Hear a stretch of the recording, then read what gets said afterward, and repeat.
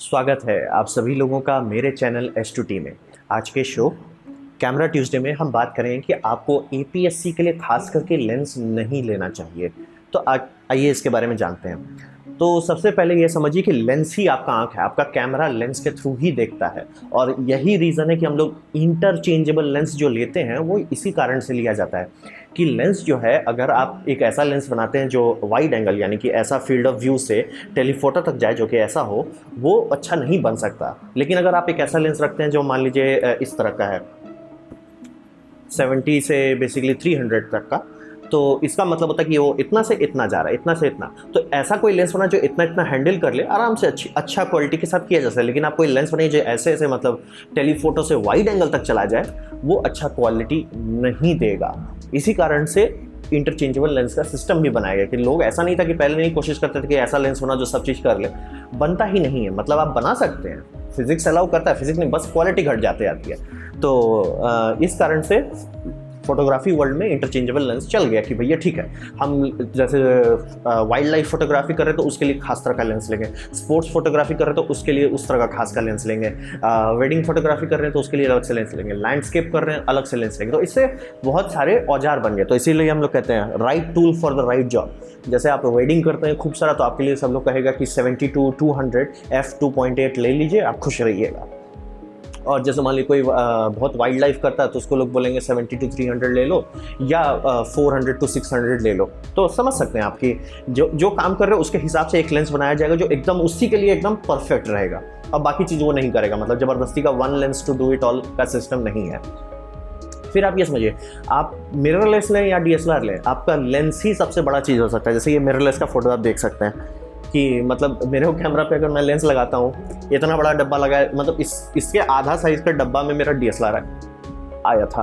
तो समझिए कि आपका लेंस ही बड़ा चीज़ होता है, आपका लेंस ही भारी चीज़ होता है। और इस तरह का बड़ा भारी लेंस का एक फ़ायदा होता है, अगर आप मान लीजिए किसी का फोटोग्राफी में गए हैं और आप मान लीजिए 2-3 फोटोग्राफर को बुलाया गया है एक जगह पे काम करने के लिए, होता है ऐसा, कई बार होता है, और आप सब लोग वो Nikon D3100 लेके पहुँच गए, किट लेंस से खुटर खुटर कर रहे हैं, आप ये बड़ा लेंस लेके निकाल दिए, दादाजी आ गए हैं। मतलब समझिए आपको पैसा देने में लोगों को बनेगा कि हाँ भाई बड़ा कैमरा है, मतलब मेरे पास बड़ा है। तो वो बड़ा होने का भी एक फ़ायदा है, साइकोलॉजिकली लोगों को लगता है कि हाँ ये सीरियस है भाई। किट लेंस निकाल के, मतलब DSLR से उतना फ़र्क नहीं पड़ता, आप D3100 ही लीजिए या उससे भी पुराना अगर कुछ आता है तो खरीद लीजिए, कोई प्रॉब्लम नहीं है। लेकिन लेंस पे पैसा मत बचाइए अगर आप फोटोग्राफी सीरियसली करना चाहते हैं। तो अगर आप किट लेंस लेके किसी की शादी में जाएंगे और आप बोलिएगा कि हमको 5000 रुपया दो शूटिंग का, लोग दे देंगे। आप बोलिएगा हमको 50,000 दो, लोग हंसने लगे। लेकिन आप बड़का कैमरा बड़का लेंस लेके जाए तो हाँ भाई मतलब सीरियस है भाई, मतलब वो एक साइकोलॉजिकल असर पड़ता है। तो लेंस के मामले में आप ये समझिए। दूसरा, जो भी फोटोग्राफी जीने के लिए करता है, मैं फोटोग्राफी नहीं करता हूँ, मैं वीडियोग्राफी करता हूँ। तो जो लोग फोटोग्राफर्स हैं, जैसे वेडिंग फोटोग्राफर या आपका समझिए स्पोर्ट्स फोटोग्राफर, ये सब हैं, तो उनका कैमरा बॉडी जो है वो एक छोटा खर्चा होता है। वो उनके लिए मतलब कहिए हर 2-3 साल में बदल सकते हैं या 4 साल में बदलते रहते हैं। लेंसेज जो है वो मतलब आपको कई सारे फोटोग्राफर मिल जाएंगे जो कैनन का L ग्लास खरीदा हुआ है, बहुत पुराना सा, आराम से चल रहा है, मतलब 4-5 कैमरा बॉडी बदल चुके हैं, लेंस अभी तक चल रहा है। मतलब अगर उनसे उनका कैमरा का बॉडी कोई चुरा ले वो लोग परेशान भी नहीं होंगे, लेंस चुरा ले तो पागल हो जाएंगे, क्योंकि लेंस पे ही मेन खर्च आता है। जैसे मैंने अभी तक सिर्फ 2 लेंस लिए हैं, एक है किट लेंस का ही रेंज का बट f2.8 है, तो मतलब f4 जैसा काम करता है, और दूसरा तो ये लेंस आपको दिखाइए 70 to 300 है, तो ये 30,000 का है, वो भी 30,000 का, मतलब दोनों मिला के मेरा कैमरा सिर्फ 50,000 की है। तो आप देख सकते हैं कि मैंने सिर्फ 2 लेंस लिया और इसमें से सिर्फ ये 70 to 300 फुल फ्रेम के लिए है। तो अब मेरा दाम ऑलरेडी ऐसा हो गया कि मेरा DSLR से ज़्यादा पैसा मैंने लेंस में लगा दिया है। तो अभी अगर मेरा बॉडी ख़राब होता है तो उनको उतना झटका नहीं, लेंस ख़राब हो जाता मैं चला जाऊँगा। तो इसीलिए आप समझ सकते हैं कि लेंस ही आपका मेन इन्वेस्टमेंट है। तो लेंस पे इन्वेस्ट करना सोच समझ के, समझदारी से बहुत फ़ायदेमंद होगा आपके लिए। तो तिगड़म क्या है कि मैं क्यों बोल रहा हूँ APS-C का लेंस नहीं खरीदिए। सबसे पहला ये समझिए कि हम लोग को एक झूठ बात बेचा गया था, जो कि माइक्रो फोर थर्ड इसमें काफ़ी इंपॉर्टेंट है ये झूठ बोलने में, कि small sensor equal small lens, मतलब आपका सेंसर छोटा होगा तो आपका लेंस भी छोटा हो जाएगा। ये बात सही भी है और गलत भी है। तो सही है फील्ड ऑफ व्यू के मामले में। फील्ड ऑफ व्यू मतलब आपका लेंस कितना बड़ा एरिया दिख रहा है, इसे आप लोग mm के हिसाब से नापते हैं। जितना छोटा mm होगा यानी 18 mm इतना होगा, 16 mm इतना होगा, मतलब 10 mm इतना होगा, और जितना बड़ा mm होता है जैसे 300 mm है तो 300 mm मतलब एकदम नैरो फील्ड ऑफ व्यू। तो फील्ड ऑफ व्यू जितना छोटा होता है उसे हम लोग टेलीफोटो कहते हैं, और जितना बड़ा होगा तो वाइड ये कहते हैं वाइड फील्ड ऑफ व्यू। तो फील्ड ऑफ व्यू के मामले में एकदम बात सही है, मतलब अगर आपका लेंस इतना बड़ा है 300 mm का, मतलब फील्ड ऑफ व्यू का, इसको अगर आप माइक्रो फोर थर्ड में लेते हैं इतना हो जाता है, बहुत सही बात है, यानी साइज छोटा हो गया। तिगड़म यहाँ पे आता है कि एपर्चर के साथ ऐसा नहीं होता है, एपर्चर के साथ उल्टा हो जाता है, एपर्चर भी मल्टीप्लाई हो जाता है। तो सब लोग तो आपको पता ही होगा, सब लोग बोलता है कि भैया एपर्चर को ये मिलीमीटर को मल्टीप्लाई कर देते हैं। हाँ मतलब ये 17 है, मतलब 50 मिलीमीटर है, तो उसको मल्टीप्लाई कर दिया 2 से, जो कि एफ माइक्रो फोर थर्ड में लगता है। तो हाँ सब लोग बोल दिया भैया ये 100 मिलीमीटर का लेंस है। लेकिन अगर आप उसको एपर्चर के साथ मल्टीप्लाई नहीं करते हैं तो इसका बहुत भारी कीमत आपको भरना पड़ेगा। तो ये फोटो मैं आपको दिखाना चाह रहा हूँ, ये किस वीडियो से मैंने उठाया ये फोटो, वो वीडियो भी है डिस्क्रिप्शन में दिया हुआ। तो इन्होंने देखिए G5 में, इन्होंने पैनासोनिक का GF5 जो कि काफ़ी तगड़ा कैमरा है, उसमें इन्होंने 45 मिलीमीटर पे एक कैरेक्टर को शूट किया, मतलब एक बंदे को शूट किया, ठीक है। और सोनी A9 जो कि फुल फ्रेम है उसमें उन्होंने 85 मिलीमीटर पे शूट किया, ताकि फील्ड ऑफ व्यू मैच कर जाए, क्योंकि एक में 2x लगा हुआ है, ठीक है, बहुत बढ़िया, कोई दिक्कत नहीं। लेकिन एक f1.8 है, एक f1.8 है, तो आप तो बोलोगे दोनों सेम होना चाहिए, लेकिन आप देख सकते हैं फोटो में कि एक का बैकग्राउंड ब्लर, मतलब पीछे कितना चीज धुंधला हो गया, वो बहुत कम है। वो इसलिए है कि एपर्चर में भी आपका क्रॉप फैक्टर मल्टीप्लाई हो जाता है। जैसे कि आप मान लीजिए APS-C के लिए f1.8 लेंस ले लेते हैं, या माइक्रो फोर थर्ड के लिए f1.8 लेंस ले लेते हैं, तो ऐसा मत समझिएगा कि आपको एक्चुअली f1.8 लेंस मिल रहा है, जो कि फुल फ्रेम के कंपेयर में अगर या फुल फ्रेम से बेटर आएगा, वो फुल फ्रेम के बराबर भी नहीं आ सकता, क्योंकि आपको वो मल्टीप्लाई करना पड़ता है। हाँ कुछ लेंस आते हैं माइक्रो फोर थर्ड के लिए, जैसे f.9, ताकि मल्टीप्लाई करने के बाद भी मतलब अच्छा रहे, तो वो एक का दुक्का लेंस है और बहुत ख़राब परफॉर्मेंस देते हैं, क्योंकि उतना वाइड कर देने पे मतलब डेप्थ ऑफ फील्ड इतना पतला हो जाता है कि जैसे आप किसी का नाक यहाँ पे फोकस है तो ये कुछ दिख ही नहीं रहा है, मतलब क्या है दिख ही नहीं रहा। तो वैसा होने से चलते बहुत शैलो डेप्थ ऑफ फील्ड नहीं बनाया जाता है।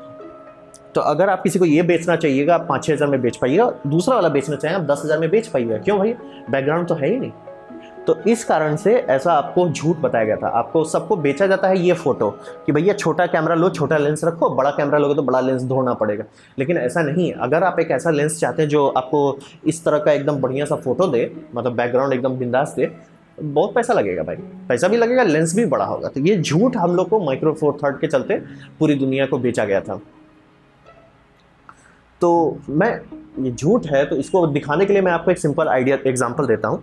आपको मैं हमेशा कहूँगा कि थोड़ा सोच समझ के खरीदा कीजिए, क्योंकि एक बार आप खरीद लिया पैसा वापस कोई देगा नहीं, वो चाहे अमेज़ॉन हो चाहे फ्लिपकार्ट हो, बहुत कम ही लोग पैसा वापस देंगे।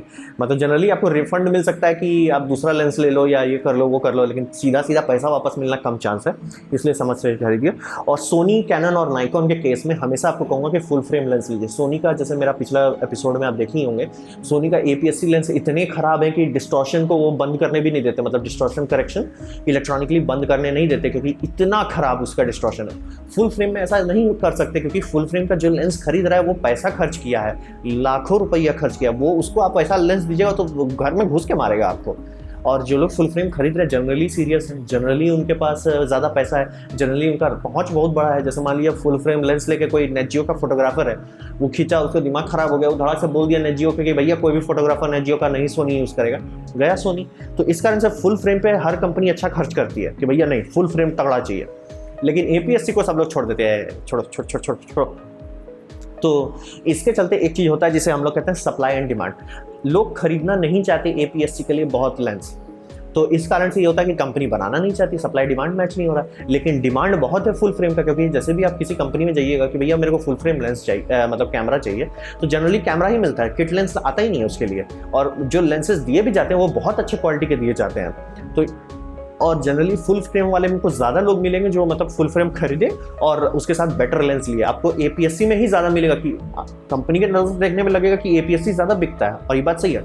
मतलब जैसे एक cannon 5D, cannon mark 2 5D, ऐसा इस तरह का जो एकदम फुल फ्रेम तगड़ा कैमरा है, वो सब बहुत कम पीस बिकता है, लेकिन पर पीस ज़्यादा लेंस बिकता है। APS-C कई 100 बेच रहे हैं, लेंस कुछ ही बिक रहा है। तो क्योंकि सब लोग किट लेंस लेके ही, जैसे मैं अभी कल ही एक फंक्शन में था तो वहाँ पे देख रहा था किट लेंस लेके ही उछल रहे थे, तो बड़ा अजीब लगता है, इतना बड़ा बॉडी में इतना छोटा किट लेंस लेके बड़ा अजीब लगता है। तो सप्लाई डिमांड के चलते आप ये समझ लीजिए कि दाम कभी भी नहीं मैच करेगा। तो अब इसका आपको एक हकीकत वाला एग्जांपल देता हूँ। जैसे कि सब लोग जो APS-C लेते हैं और सीरियस हो जाते हैं, उनको ये लेंस हमेशा आता है उनके सिर पे कि भैया मैं सिग्मा का 18 to 13.5 लेंस क्यों ना खरीद लो, ठीक है। अब वो तिगड़म इसलिए है कि ये f1.8 है, तो सब लोग सोचता है बहुत बैकग्राउंड ब्लर आएगा। अब बात सही है, तगड़ा बैकग्राउंड ब्लर देता है, लेकिन इसका बैकग्राउंड ब्लर अगर आप फुल फ्रेम में चाहते हैं कि मान लिया कि फुल फ्रेम कैमरा है तो आपको तो 1.8 लेंस लेना पड़ेगा, ज़रूरी नहीं है, आप आराम से f2.8 लीजिए, आपको वही मिलेगा। तो अब एग्जांपल ये देता हूँ कि ये लेंस है 18 से 35 तक का, ठीक है। तो यानी रेंज जो है बहुत बड़ा नहीं है। अब वहीं आप इस पे आइए, ये एक फुल फ्रेम लेंस है, वो भी उसी का है, मतलब मल्टीप्लिकेशन के बाद बता रहा हूँ ये बात, ये इसमें मैंने क्रॉप मल्टीप्लाई कर रहा हूँ, तो वो है 24 से 70 तक, मतलब वो ज़्यादा जूम देता है। ये 1.9x जूम देता है, ये 2.9x जूम देता है, मतलब जूम ज़्यादा दूर आप उसमें कर सकते हैं, ठीक है, बहुत बढ़िया। दूसरा, इसमें वाइब्रेशन रिडक्शन नहीं है, मतलब जो अगर हाथ हिलता है तो फोटो इसमें ख़राब आ जाएगा।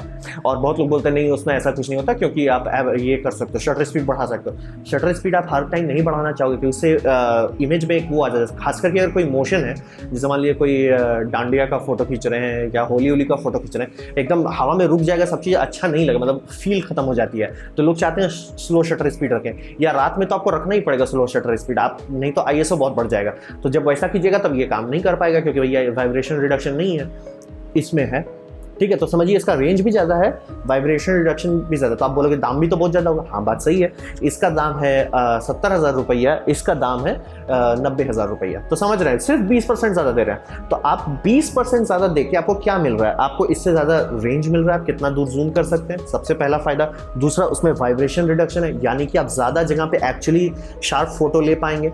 तीसरा, यहाँ पे बड़ा इंटरेस्टिंग बात है, सब लोग बोलेगा नहीं अच्छा चलो वो तब तो ठीक है, लेकिन ये हल्का होगा, ये 800 ग्राम का है, ये सिर्फ 900 ग्राम का है। तो आप समझ सकते हैं, आप थोड़ा सा वजन बढ़ रहा है आपका, मतलब ऐसा नहीं कि वजन आपका 10 गुना बढ़ गया या दुगुना बढ़ गया, वजन आपका थोड़ा सा बढ़ा, आपका रेंज बढ़ गया, आपका वाइब्रेशन रिडक्शन आ गया। और प्लस ये लेंस आप खरीद लिए अपने कैनन के साथ, आप कैनन का फुल फ्रेम में नहीं खरीद पाइएगा, क्योंकि ये लगेगा नहीं, ये कैनन का फुल फ्रेम में लगेगा, नाइकॉन का फुल फ्रेम में लगेगा, सोनी का फुल फ्रेम में लगेगा। तो समझ सकते हैं, थोड़ा सा आप एक्स्ट्रा पैसा दिए, फुल फ्रेम में आपको इतना ज़्यादा फीचर मिल गया, क्योंकि फुल फ्रेम के लेंस हमेशा ज़्यादा बिकते हैं। तो इसीलिए मैं आपको चाहता हूं कि आप थोड़ा सोच समझ के APS-C के लेंस खरीदने से बचिए, क्योंकि उसके लेंस बहुत अजीब गरीब तरीके से बनते हैं। सप्लाई डिमांड है नहीं, तो मैं कंपनी को भी ब्लेम नहीं करता हूँ, मैं सिग्मा को भी ब्लेम नहीं करता हूँ कि ये लेंस इतना महंगा क्यों है। अगर ये लेंस मान लिया 30-35 हज़ार का होता तो अच्छा रहता, लेकिन समझ रहे हैं ये लगभग इसी के दाम का आ ही गया, तो मैं 20% एक्स्ट्रा दे के शांति से ये क्यों ना खरीद लूँ। और आप वजन का भी तो ऐसा नहीं है कि ये 500 ग्राम का है, ये 1 किलो का है, ऐसा होता तब बात अलग है। ये है 800, वो है 900, मतलब मैं थोड़ा सा और देखे, और प्लस उसमें रेंज भी ज़्यादा है। तो ये सब तिगड़म के बाद आप समझ सकते हैं कि आपको थोड़ा सा और पैसा देना पड़ेगा कहीं पे, तो वो भी नहीं करना पड़ेगा कोई APS-C का लेंस, क्योंकि जब ये लेंस आया था मार्केट में नया नया, तब तो ये उससे महंगा था, अभी दाम घट गया है। तो समझिए कि आपको फुल फ्रेम लेंस में ज़्यादा ऑप्शन मिलेगा, ज़्यादा थर्ड पार्टी के ऑप्शन मिलेंगे, और ज़्यादा खुशी से आपको जो चाहिए आप खरीद पाइएगा, प्लस आप अपना बॉडी अपग्रेड कर पाइए। जैसे मान लीजिए आपने फोटोग्राफी स्टार्ट किया, शुरू में एक बड़ा लेंस ले लिया, अच्छा से सबका फोटो ले रहे हैं, सब लोग खुश हो रहे हैं, आपको पैसा खूब आ रहा है, ठीक है, अब आप बॉडी भी फुल फ्रेम कर दीजिए, एकदम बिंदास, सबका बैकग्राउंड ब्लर बड़ा आ जाएगा। ये लेंस में अगर पैसा खर्च किया तो गया आपका पैसा डूबा, इसमें वैसा नहीं हुआ। तो इसी कारण से APS-C लेंस के खरीदने से पहले आपको सोचना चाहिए, अच्छा आइडिया नहीं है। सिवाय फूजी फिल्म के, जिस पे मेरा वीडियो यहाँ देख सकते हैं, फूजी क्योंकि सिर्फ APS-C बनाता, तो उसका सबसे बेस्ट लेंस APS-C के लिए आता, क्योंकि वो और कुछ नहीं बनाता, मतलब मीडियम फॉर्मेट है और फुल फ्रेम है, मीडियम फॉर्मेट जो कि फुल फ्रेम से बड़ा होता है। तो समझिए फूजी बहुत मेहनत करता है APS-C बनाने की, तो लेंस उसका बहुत अच्छा था। लेकिन यही तिगड़म है कि फूजी का लेंस का गिनती देखिए कितना लेंस है, तो यहाँ नाइकॉन और कैनन देता है 300, सोनी भी लगभग 100 पहुँच जाएगा कुछ दिन में, और फूजी का देखेगा तो 14-15 है। तो इसीलिए थोड़ा आप ध्यान से देखिए, लेंस हमेशा पहले चुनिए आप कैमरा खरीदने से पहले, या तो अगर वीडियो कर रहे हैं तो बात अलग है, लेकिन अगर लेंस खरीदना चाहते हैं तो आप पहले लेंस ही देख लीजिए। फोटोग्राफी करना चाहते हैं तो लेंस बहुत मायने रखता है। तो उम्मीद करता हूँ कि एटलीस्ट मैं एक बंदे का तो पैसा बचा लूँ कि जो ये खरीदने का जगह ये खरीद ले। तो ये था मेरा प्रेजेंटेशन कि आपको APS-C का लेंस क्यों नहीं खरीदना चाहिए। उम्मीद करता हूँ आपको कुछ सीखने को मिला हो, अच्छा लगा हो। अगर ऐसा है तो लाइक कर दीजिए, नहीं लगा है कोई बात नहीं, आप डिसलाइक भी कर सकते हैं। मैं कहूँगा कि आप कमेंट लिखिए कि अगले एपिसोड में आप क्या देखना चाहेंगे, और अपने दोस्तों के साथ शेयर कीजिए, सब्सक्राइब कीजिए, इससे मेरा काफ़ी भला हो जाएगा। अगर आप फ्री हैं तो घंटी बजा दीजिए, और मैं कहूँगा कि आपने मेरा वीडियो देखा यहाँ तक, ये जान के मुझे बहुत खुशी हुई। धन्यवाद।